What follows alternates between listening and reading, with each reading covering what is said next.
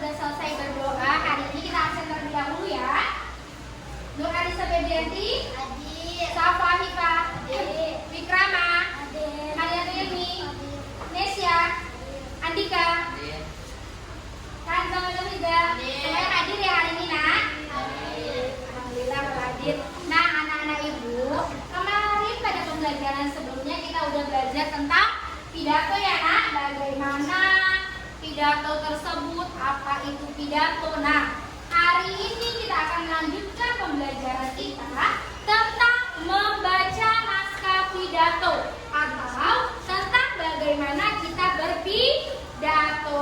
Nah materi hari ini adalah materi bahasa Indonesia yang lanjutan dari materi sebelumnya, yaitu pada bab 6.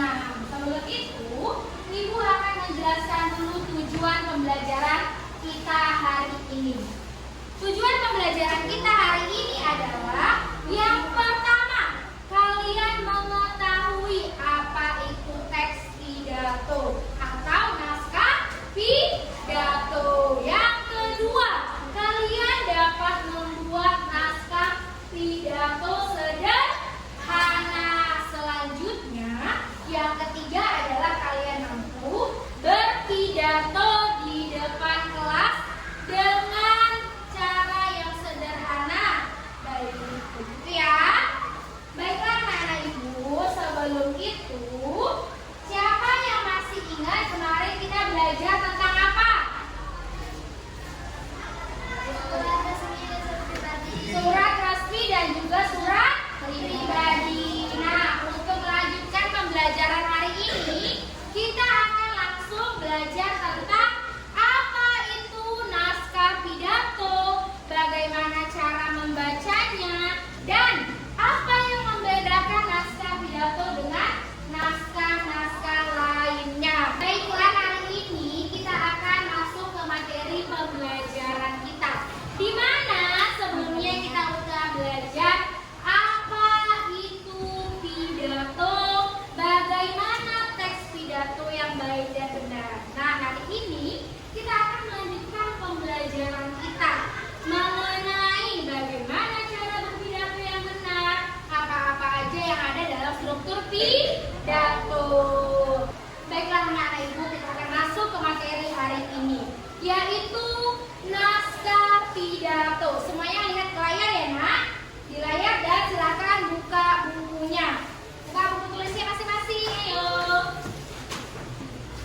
Sudah dibuka buku tulisnya? Baik, sekarang di depan itu ada namanya naskah pidato. Naskah pidato. Nah, pidato adalah. Nah, sebelum kita tahu apa itu pidato, pernah kalian mendengar berpidato? Pernah. Siapa yang pernah didengar Anissa berpidato? Bapak Kepala Sekolah. Siapa lagi yang pernah berpidato? Presiden. Benar, siapa lagi? Gubernur dan ibu guru, ataupun kadang-kadang kalau kita menghadiri acara ustaz atau yang lain-lain ya, itu pernah berpidato. Nah, apa itu pidato? Nah, pidato adalah teks ataupun naskah yang disusun oleh orang untuk menyampaikan informasi atau gagasan tertentu di depan audiens ataupun halayak umum. Lanjut lagi nak. Nah, pidato seperti yang ibu bilang tadi adalah kegiatan untuk berbicara di depan kelas, menyampaikan informasi ataupun gagasan ataupun isi pikiran. Nanti lagi.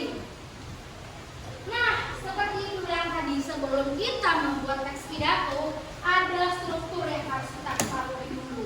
Yang pertama adalah pembukaan. Di pembukaan ini ada namanya salam, rasa bersyukur, penghormatan, dan juga kita sampaikan tema apa yang kita berikan pada saat kita berpidato. Yang kedua, isi. Di isi itulah kayak sampaikan informasi apa, gagasan apa, dan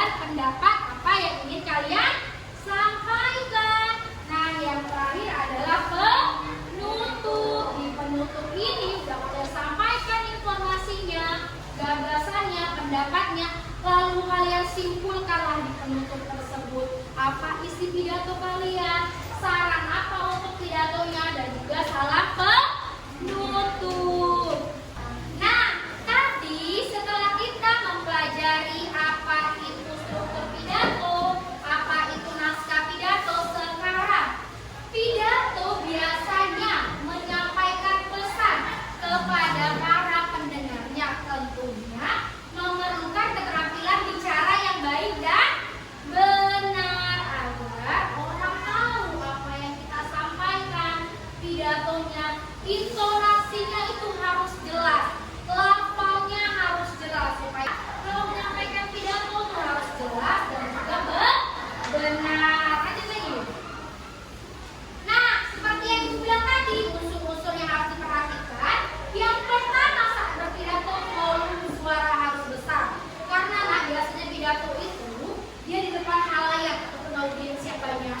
Kalau saya kalian bilang Assalamualaikum warahmatullahi wabarakatuh, gak ada yang dengar ya nak, orangnya jadi ngantuk ya mendengarnya. Tapi kalau saya ingin Assalamualaikum warahmatullahi wabarakatuh, yang ngantuk jadi bangun. Nah, selanjutnya lafal ini adalah pengucapan ataupun apa yang kalian bicarakan, yang kalian sampaikan, yang keluar dari mulut kalian itu dimengerti oleh orang lain. Begitu juga dengan intonasi. Intonasi itu kayak gini maksudnya.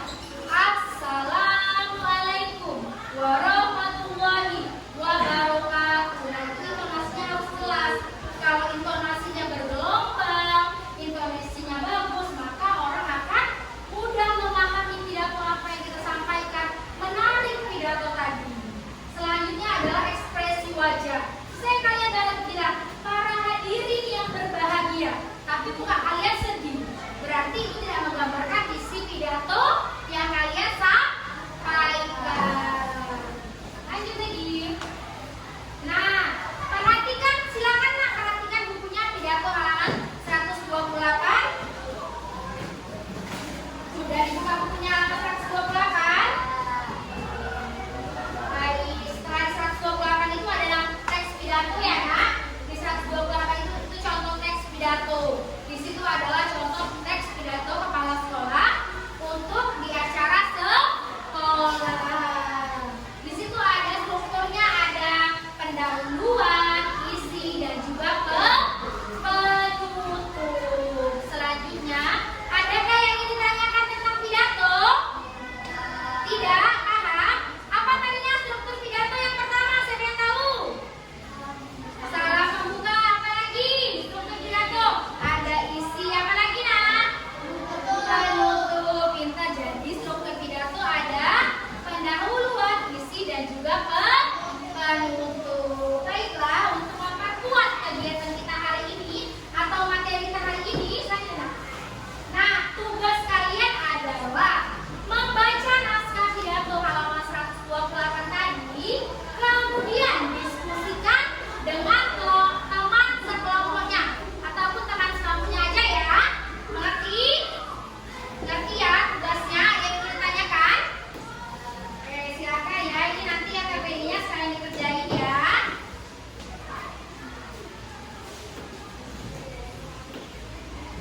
Silakan dikerjakan apa itu isi, pembuka, dan juga penutup. Kerjakan di kelompoknya masing-masing ya.